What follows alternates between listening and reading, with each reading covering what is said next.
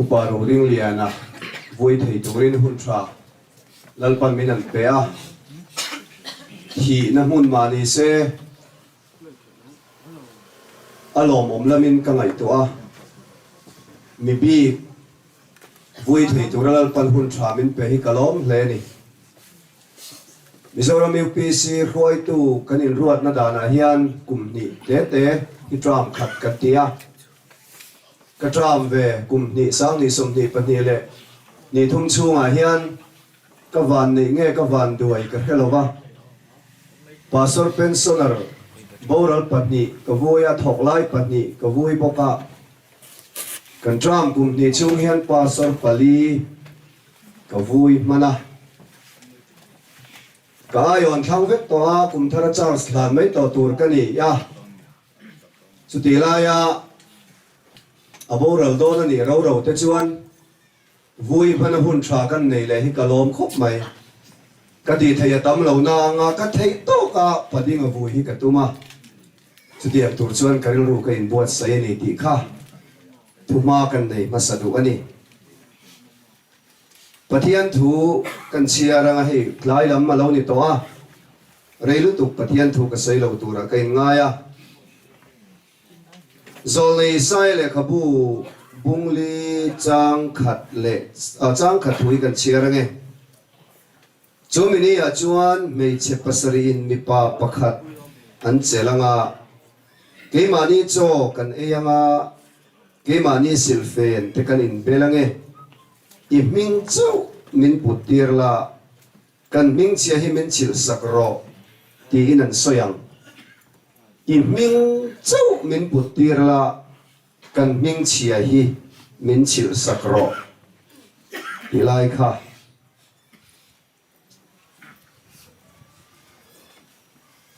mun khatami kan share le anga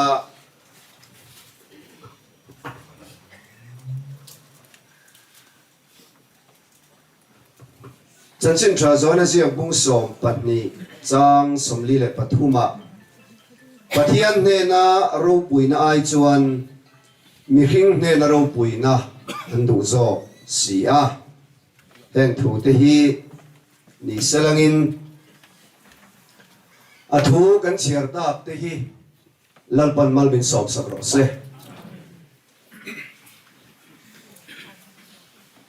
Reye khua hi in van nei hle mai zoram pum huwa pa la phua mi thatak tak in lo neya an zawa in ka hrevek seng lo na nga pungur lian sai lo han ti te mi zo fa te zinga chuai to ngai lo tu ran lo ni a tien ke mani pentecost huang chunga upabiak luanga upabisi biak luanga min local santa a voina hei uparoding liana padinga an herliam le a ni china seita angkhan kirkau echlerin oma marina ani lalpan nasat takin malaron som thar le a he khotlang hian mizoram tana zofa de tana hian in contribution asang hle bai in van nei katia Pentecost huang chung angaron ding kania wangin ke mani Pentecost huang chung atong po in he khotlang hi kan talin lu em ti hi ka sei du ani chutiang ang kan mi ro pui te singa mi uparo ding liana kanan thla liam don ta ani a ke ka ui khop maya chian ala in kom kan ni ran lova rong bol na hian chum thum nge ni o kanin zui ve to a kan zia in ang vak lo pading an hian ke mi man mo kani amuang sia kanin zui thei lo ni ber mai in khom te kan kal tlang man lo re renga ke in siam zo ma sia ni a korban the chung po re sia kanin zui ve thin takna kanin tlan san tlang puya chút yang chú kan nia thian anga in kom ngei lutuk le in nim nai lutuk kan ni lawa rin na thumbun kan ni na ro chuan kan in po na athu em thunga voina hian chung te chu thuma kan soi do ni kan thu chiar nun hung tak zo kha amasa han soi kan dua a thon thu zong zong ka soi vek seng lo ka soi vek chuan rei la tuk do na pian tira ta mitel la li suan ti dam tumin pian tira ta mitel ti dam thu kha ala ranga mi ten i suan ring palang ti an hlawa farisai ten ti dam thun ron suya isuana amita ti var sakhan ron zon masa a imit ti var tu hi misual nge ni mitra soiro an ron tia misual le mitra ni ka soi theilo kamita ti var tlatania tia isua tan ve tlat maya anu le pan ron zon le info pamit ti var tu hi misual nge ni mitra an tia ama amit ati var saka ka zot ta chu patlinga ni lo man tia isua chanchin an soingam lawa isua chanchin an soingam lo na chan po kha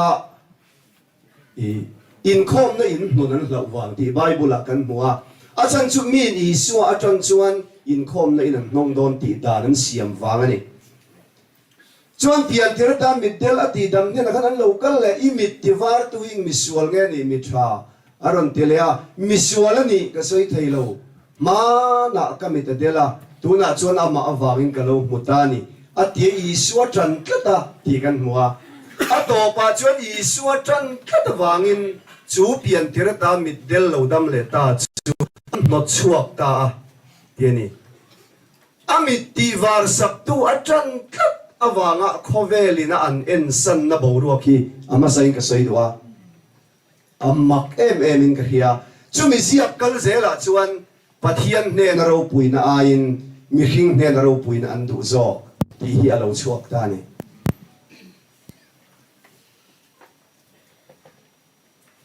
pading an hi ka zot thina ala phua ni china thuam pui pasur khan aron soi nual to na a han soi non le du kanaya ala pakhata hian tiang hian kan muwa ka lim na ber tele ka du ai sam zong te po an dang lam zo ta amo nuam ka ti thin zong te ne chutin nun dam dang lam tura ko kalonia ma na ka du ngai lo te po khan lo moi zok ta ti ala pakhatania dang lam tura ko ti ka thu pui ani ome he la phu chan ti hian min khila ma mi lo ti hian min khila ni tlangwal kan ni ve a bial nu te po kan nei ve du a kanu hi a lim sang na sa sia arui trul hi ka za pui em thina kanu alam hui to chuan ka ho dai zela ti trul lo se ka du em a trul le thin sia nuam ka ti lo ti ni kanu trul hi ka lo ber a theng sia le nga la tangwal tan chun aza thak thina trul lo se ka du ka haw ma se min cha ngai lo ma se tharau thiang hlimin kan nunan khoi ve ta khowela ka thil be seidan zong aron in thaka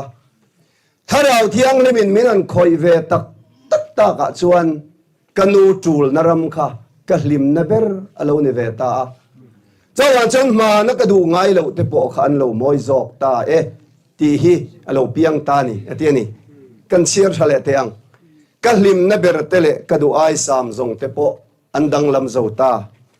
nuam ka ti thin zong te nen ani tro min khovel hi a thi sang tak chuan lalpa za puya nei ngai to lova khovelina an nui zat ber hi alom na lo ni ta ni lalpa fakinom ro se chu tiang nun in let chu padinga hi na omani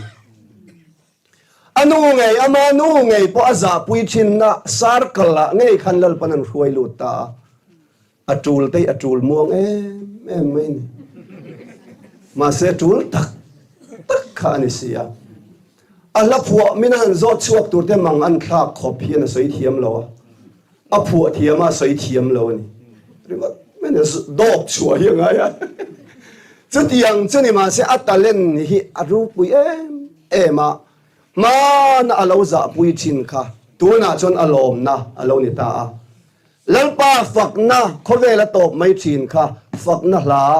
atop ve ngai lo narama khopui moya beram nu liam nu chatuani na fakdon ta ni hi lalpa fakinom ro se ala pakhat le hi ka soi chuak le duwa vin lo the thiam ula la phua mi le zai mi kan tha ani boka khalam pang khan nu na ne riawa ke hi la phua ngai lo kan ni atlar khat poi hla in kala dong lowa sermon dong thin kan ni thunga a phua mi te phuero chu ka ngai loem em ani ti hian khovel boral mek ti hla hi a oma kati sa thin lung du ai sam zong te kha ming than san na ro pui na te changa ka phak bak nei du'a ka buai na zong te kha krista zara chondam ten ka tha ta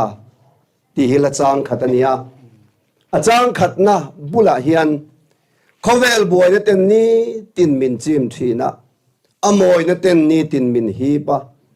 ka thin lung hi lo chau zol thina krista tel lo chuan engma reng ka lo ni lo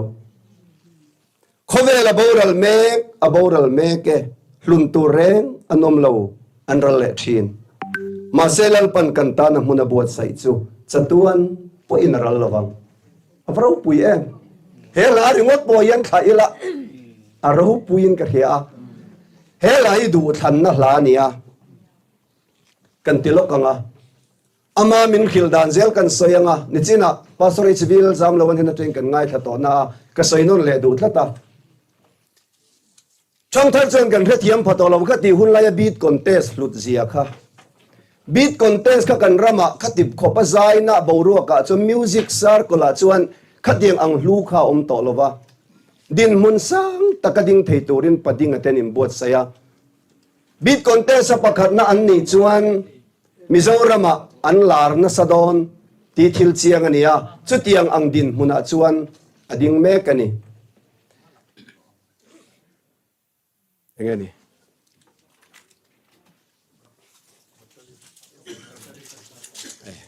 le tui ka lo inte tui ka lo man mosu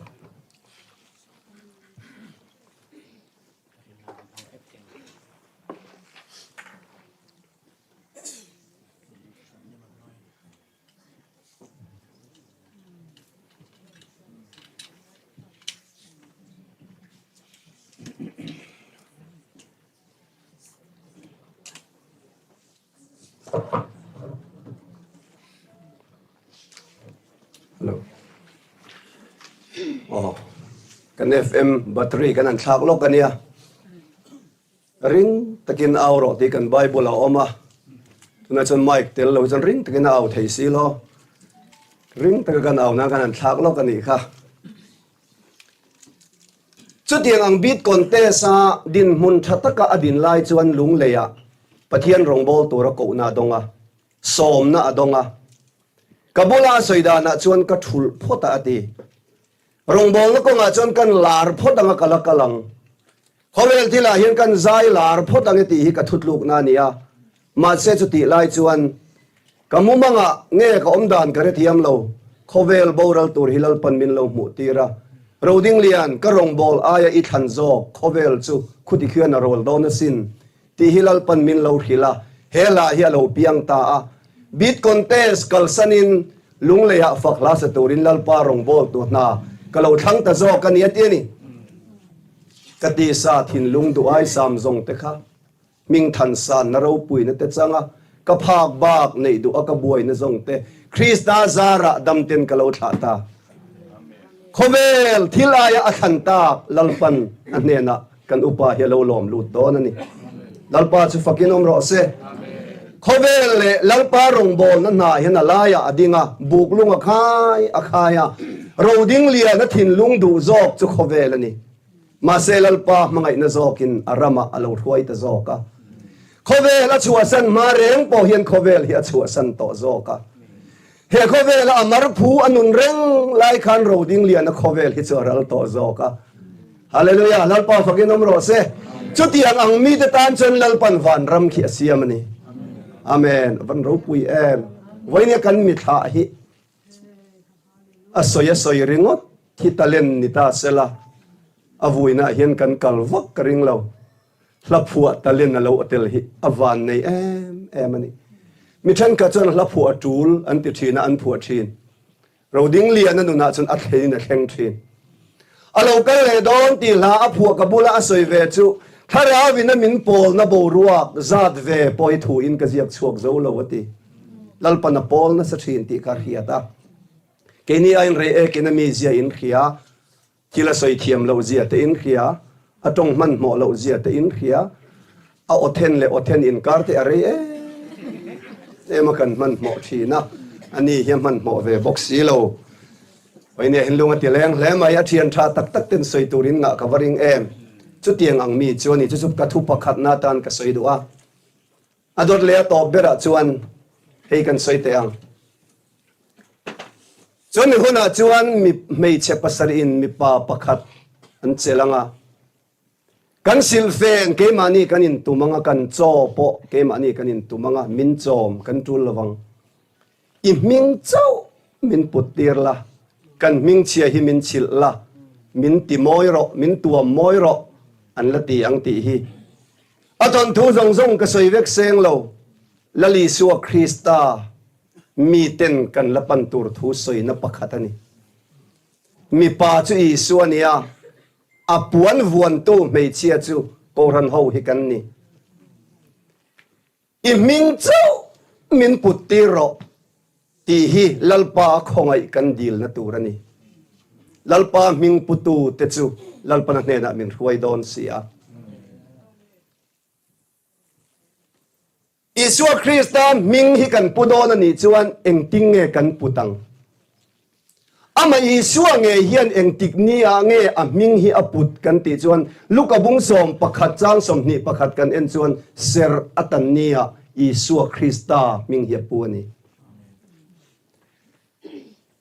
tir ko thil ti bungli chang som pania van nuai mi hring sak zinga min chandam thei ming dang reng a om lo ti in Isua ming hi min chandam thei ming om chunania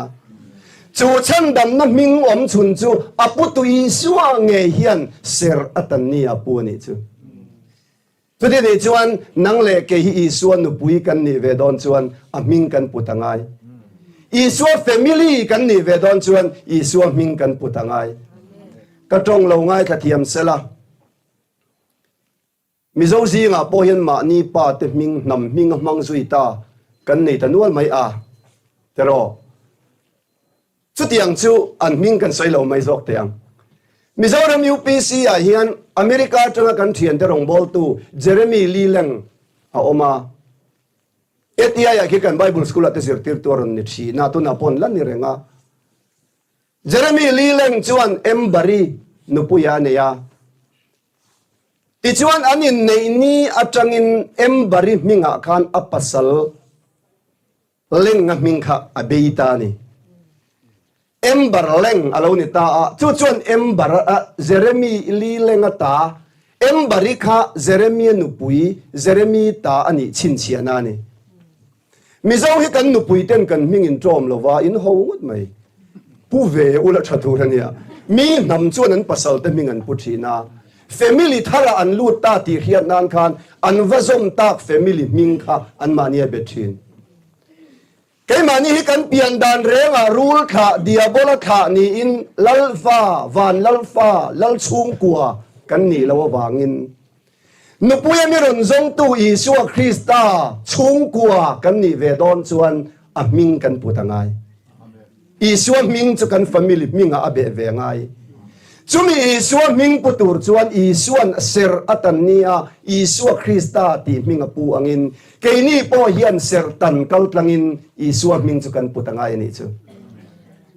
nema sala kuta ser an tan anga ser tan tur kan ni ve to lova lukabua kola sa bung ni chang som pakata Krista ser tan na chuan ti satak salip vekin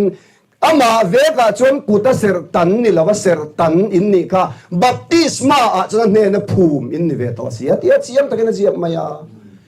อิสราเอลฟาดันกุตเสรอันตันไม่ลุงเจนเตมังกุตอันเสรตันน่าอังค่ะนี่ตัวเราวินจูอันเสรตันน่ะไม่ลุงเจนเตจูตุยาเราจังตะโจกะสามนับภาษาเลสอมเลปลีจังเรียตาสอยลมอันนี้จวนไม่ลุงจุตุยนาจันตีราเตียอิสราเอลฟาดันไม่ลุงเจนเตลุงเรียมมังอินกุตินเสรันตันชีนาจูอันเสรตันน่ะไม่ลุงอะค่ะทุทุงทาระจวนตุยนาเราจังตาคอยจังอินมอกันติจวนจะตวนลุงปุยอีส่วนนาก็จังอินตุยเราล่วงชวกตานี่ค่ะฮาเลลูยาแล้วก็ฟังน้องรอเซอีด้านนาก็จังอินที่เส้นเลยตุยเราล่วงชวกะที่เส้นจุกันสวลสิลไฟนั่นทุทุ่งเสียมนะที่เส้นนี่นาชัวปุยตุยอะค่ะเสรกันเราตันนัตูรันิตาอิสราเอลปาตันไม่ลุงเจนเตมังนาตักตะกกุตเสรอันตันอังคาอันนี้โตโลบอลจวนบัพติสมาอันเนนะภูมินนี่มินติดทับไหมไอ้เหี้ยภูมิจะติดเสียงคมไหมเฮ้ใส่ถุยจ้าอมมังไงที่ขันกระดูตกงหุ่นกัลเซลเซียอุณเอาตัวมิลเราเทียมโลกเราบัพติสมาใส่ชีนลาร์กันนี่โตโลโลค่ะสุดๆก็ใส่ดูนี่คริสต์เสรตันน่าจวนที่สตักสลีบเวกินอามาเวกจวนกุตเสรตันนี่ละว่าเสรตันินนี่บัพติสมาจวนอันเนนะภูมินนี่โปแล้วก็ติดตลอดจูเสรตันนะจูปาร์ดิ้งเฮียนอุปราดิ้งเลียนเฮียนอโลในเวอาจูอาเสรตันนี่ไงจวนนี่อิสวามิงเฮลโอปุตตักนี่อัปราปุยเอ็มลูกกบุงดีจังสริยาเฮียนมิงซอมตักอินพุทธิมีเฮาสาวเฮียนอันสวยเฉชีนั่นนี่ล้อมนี่เตียนี่เฮลายมิงซอมตักที่ amplified Bible จน bracket ช่วงอาคิลฟิอาเคระมิงซอมตักที่อาคิลฟิอานาการ the name of Christ invoked in baptism baptisma in chana in chunga an lam iswa ming kha in ming zom tak put chuan ya tia lo chuan chuan ser atan ni a uparo ding lian a hian iswa Krista chandam na ming nge in baptisma changa a chan tir tu pastorina a chan tir la ya a minga lam nge kha pading minga hena betani hallelujah chu iswa ming chu lo puta a ke mani cho kan ne yanga ke mani silfen kan in belang min chom kan boy min chom kan ngai lawang i min chau min putirla kan ming chia hi min chilro tin mei chia in mi pa an nge nang khan ke ni i suan nu pui tur te hian ming tha kan nei ve lo wangin kan chan dam na ming om chun i suam ming chu khongai nen kan lo puta kan kha me uparo ding lian a hian chu ming chu lo puta a i suam ming in thana kan vu yanga Isua ming vekin lo thau le don chomini a chuan Isua ming in mithian thawang ama tho le na ro puina an changa khovel vuiliama khovel mi ten an nui zat tur po enga ma ngai lova khovel kheng beta khovel ta na man tlak lova lalpa ta na ful in pe kan mi tha me upro ding lian hi Isua ming nei tu ani Isua ming putu ani a lalpan khara vina lua tlat le ngala amen hallelujah lalpan khara vina lua tlat le ngala amoi ti lo ber tharau lam tul na te lalpan pe a mana adu ngai lo kha ahlim na ber lo nita mana angai nat ngai lo kha alom na ber lo nita khovel hi achu asan ni ni lo vo in hi ma na khan roding liana a hian khovel thi to a ma na zo khan ama a hian khovel thia ani po khovel ta na lo thi to a chu polan ke ro chuan kan lalpai so cross lo chu ka chuan lo tur zia mai chu mi zara chan khovel hi ka tan khen ben oma ke po khovel tan khen be in ko oma ti hi chu nun chu kan kha mek nun a hian alang ani chawan chan thole ani ro pui tak lo chuak anga thole ani ro pui tak a ri ek khan mol hi aronin hong nge don chandam tu thoma he than mol heronin honga unau paro ding lian hi aron thole ang uparo ding lian ati ai chon ka atang chon unau paro ding lian ati hi aro ding lian zo ka choni upa ti ka kalam thiam lo ai me lo lamin ka sai lo unau paro ding lian ati hi Pentecost khovela alarda nani chu tiang ang chon Isu Krista thang tu hian a than lalpan tuna chuan tu ma chu sak ngai to lo turin alo lom lut don ani a hallelujah lalpa fakinom ro se beram no liam no chatua ninan fak to anga fakna la asa lei thei tabik lo ahun top lama kha chuan a o poin lo tlim ta lo te kha oma tuna chon omoi jok nei in lalpa kiang an omanga aka tangin fakla chuak zoi to anga an van om te lu lem sualina ti boi pha khau to lo turin kanupa ro ding liana voine hian kan thla liamani isuam ming putu isuam ming nei tu isuam minga thana kan da tur hi isuam ming nge in alo thole anga thole na nia lalpa fa khau turin kanin to khom le nge kan be se yani lalpa thu kan zatan malmin sop ro se amen